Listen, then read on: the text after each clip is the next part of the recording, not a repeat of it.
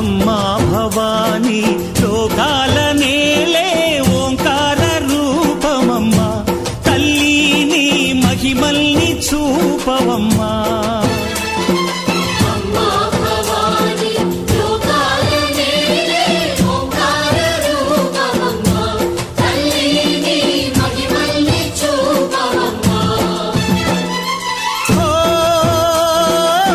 సృష్టికే దీపమా, శక్తికే మూలమా, సింహరథమే నీదమ్మా.